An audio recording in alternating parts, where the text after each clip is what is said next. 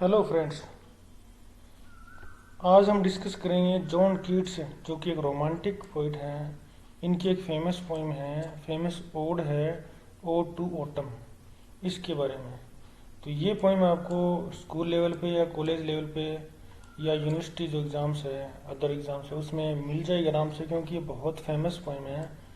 वैसे तो ये डिफ़िकल्ट है लैंग्वेज में, लेकिन आज हम इसको सिंप्लीफाई वर्जन में आपको समझाएंगे। तो चलिए पहले जान लेते हैं कि पोइट कौन है। John Keats was an English romantic lyric poet. Basically जो जॉन कीट्स की पोइट्री है वो सारी लिरिकल है, क्योंकि ये लिरिकल टाइप में ही कंपोज की हुई है। और 1819 एक ऐसा ईयर है जॉन कीट्स की लाइफ में जब इन्होंने सारे ओड्स कंपोज किए हैं। इनके जॉन कीट्स के ना 6 ओड्स है, वो 6 के 6 बड़े फेमस ओड हैं। Romantic lyric poet whose verse is known for its vivid imagery, ये काफ़ी फेमस है, एंड ग्रेट सेंसुअल अपील है। पोइट जो जॉन कीट्स है ना, उसकी 6 सेंस है ना, सेंसुअल अपील, वो बहुत स्ट्रॉन्ग है। He was an English poet of the second generation of romantic poets with Lord Byron and P Shelley. तो ये 3 लोग थे जो सेकेंड जनरेशन में आते थे।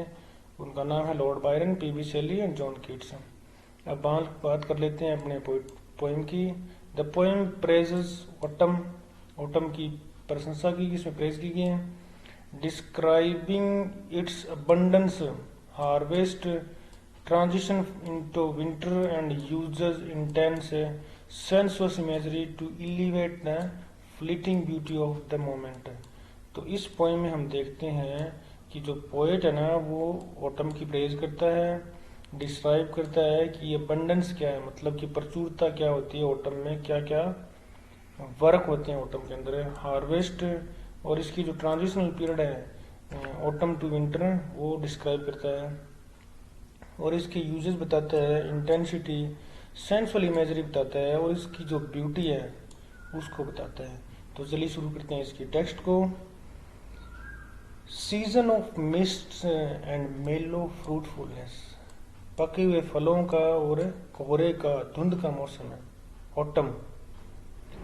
Close bosom friend of the maturing sun. अब यहाँ पे 2 चीजें हैं, एक तो ऑटम एंड एक मैच्योरिंग सन। ये दोनों क्या है, बोजम फ्रेंड है। कौन है? Maturing sun and autumn. तो ये क्लोज बोजम फ्रेंड है, घनिष्ठ मित्र हैं। कंस्पायरिंग मीन्स साजिश रचना, षड्यंत्र बनाना। विद हिम, कौन करता है? कंस्पायरिंग करता है मैच्योरिंग सन के साथ autumn. With him how to load and bless, फलों से भरें कैसे। विद फ्रूट्स द वाइन्स, उन लताओं को, उन बेलों को। That round the thatch eave run, जो कि छज्जे पर, जो कॉटेज है ना उसकी छज्जे पर लटकी हुई है गोल गोल तरीके से। उसके ऊपर जो बेल है उनको फ्रूट से लदें कैसे, लोड कैसे करें। ये कंस्पायरिंग कौन करते हैं? Autumn and maturing sun. To blend with apples, और इनको, इन लताओं को, इन बेलों को एप्पल से भरना है हमने। The most cottage tree, most होता है काई। अब कॉटेज जो ट्रीज है उसके आसपास है, उनके नीचे जड़ों के आसपास खाई लिपटी हुई है। तो ये कह रहे हैं कि जैसे एप्पल्स वाले पेड़ भरे हुए हैं ना, वैसे ही इन बेलों को हमने फलों से, फ्रूट से भर देना है।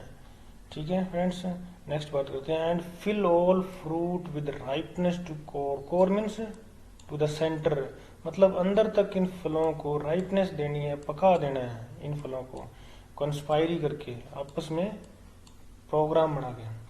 To swell the gourd, gourd means pumpkin, कद्दू, कद्दू को बड़ा कर देना है, स्वेल कर देना है। And plump the hazel shells है, और जो हेजल नट्स होते हैं जैसे अखरोट वगैरह हो गए इनके टाइप के, उनकी जो सेल्स है ना वहां तक प्लम्प कर देना है विद स्वीट कर्नेल है। इसका जो भीतरी भाग है ना गुद्दा, उसको, गिरी को, उसको स्वीट कर देना है, प्लम्प कर देना है, भर देना है उस हेजल नट्स को। टू सेट बडिंग मोर, और फिर और क्या कंस्पायरी करनी है? दूसरा ये कंस्पायरी करनी है कि टू सेट है, प्लान करना है, बडिंग मोर, नई कलियां खिलने के लिए। नई कलियां खिलेंगी तो फिर क्या होगा, फ्लावर्स आएंगे, और फ्लावर्स आएंगे किसके लिए, फॉर बीज। तो इस लाइन का मीनिंग हुआ एंड स्टिल मोर, और हमें क्या करनी है, बडिंग मोर के लिए प्लानिंग करनी है, और कलियां खिलने के लिए लेटर फ्लावर्स है। और जो ऑटम में बाद के फ्लावर्स है ना, वो बनाने हैं फ्लावर्स किसके लिए, बीज के लिए। Until they think, they means the bees, जब अब तब तक की जो बीज है ना वो ये सोचने लग जाए that warm days will never cease, वो ये सोचने लग जाएंगे कि वार्म डेज है वो कभी खत्म नहीं होंगे, क्योंकि फ्लावरिंग आ रही है और शहद इकट्ठा हो रहा है किसके लिए, कलमी सेल्स के लिए। और जो चिपचिपे सेल्स है, जो हनी कॉम्ब होता है, इनका छत्ता होता है मधुमक्खियों का, बीहाइव, उसको क्या करना है, ओवर ब्रीम्ड मतलब ओवरफ्लो करना है किसकी, किससे, क्लैमी सेल से, उस चिपचिपे पदार्थ से। चिपचिपे पदार्थ का मतलब होता है हनी यहाँ पे। तो समर में है ना, इसके लिए ओवरफ्लो कर देना है। ठीक है फ्रेंड्स, अब अपनी बात करते हैं नेक्स्ट इंडिया की तरफ। इसमें जो पोइट है ना वो क्या करता है, पर्सोनिफाई करता है किसको, ऑटम को, एज ए लेडी। और कौन कौन से काम करवाता है उस लेडी से, चलो देख लेते हैं। Who hath not seen the means autumn, oft amid Dai store, store means यहाँ पे होता है ग्रेनरी, खलिहान जिसको बोल देते हैं अपने। किसने तुम्हें नहीं देखा है खलिहान के बीच में, sometimes whoever seeks abroad may find, जो कि गांवों से बाहर खेतों की तरफ जाते हैं ना लोग, अब्रोड मीन्स यहाँ पे बाहर जाना, खेतों की, गांवों से बाहर खेतों की ओर है। Thee sitting careless on granary floor, तुम बेपरवाह हो गए उस ग्रेनरी फ्लोर खलिहान में बैठी रहती हो।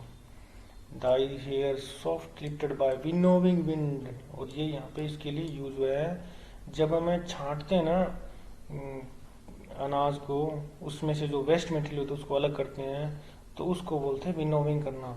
तो यहाँ पे पोइट कह रहा है कि तुम विनोविंग करती हो विंड की तरह, और तुम्हारे जो सॉफ्ट हेयर है ना वो लिफ्ट हो जाते हैं, ऊपर उठ जाते हैं हवा में उस विनोविंग विंड की वजह से। और ऑन हाफ रिप्ड, और यहाँ पे तुम क्या कर रही हो, रिपिंग कर रही हो, फसल काट रही हो। फ्यूरो साउंड अस्लीप है, और फ्यूरो होता है जो एक लाइन होती है जिसमें गेहूं की लाइनें देखी होंगी आपने, तो गेहूं की तरह लाइन होगी, अलग अलग है, एक एक क्यारी में अलग अलग लाइन होती है, लगभग 30-40 के आसपास है। तो उस एक लाइन को फ्यूरो बोलते हैं। तो उस लाइन को तुम काट रही हो, हाफ रिप्ड आधी काटी हुई है, साउंड अस्लीप तुम सो गई हो, किसकी वजह से, drowsed with the fume of poppies, तुम्हें पॉपीज की वजह से, पॉपीज का जो फ्यूम होता है, जो सेंट है, उसका नशा होता है अफीम के पौधे का। क्योंकि कहा जाता है कि अफीम की खेती को काटने से पहले मुंह को ढंग से ढकना पड़ता है, क्योंकि उसमें नींद आ सकती है।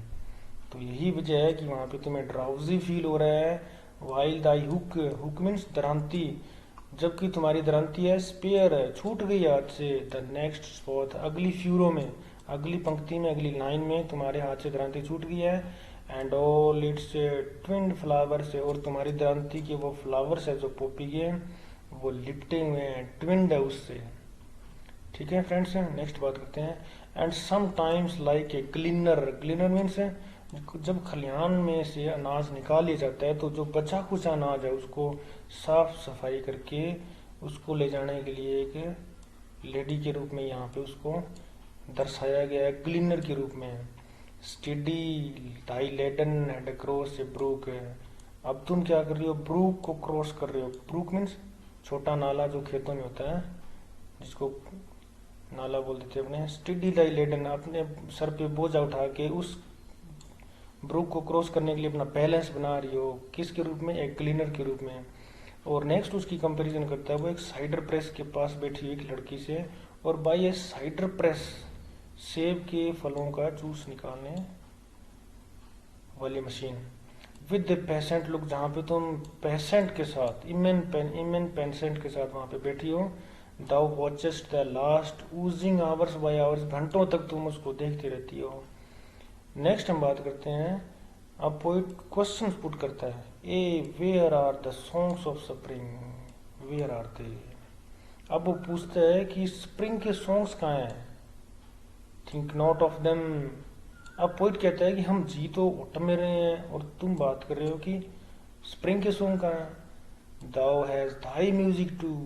उनकी बात मत करो स्प्रिंग के सॉन्ग की, क्योंकि तुम्हारा तो म्यूजिक ही अलग है ऑटम का।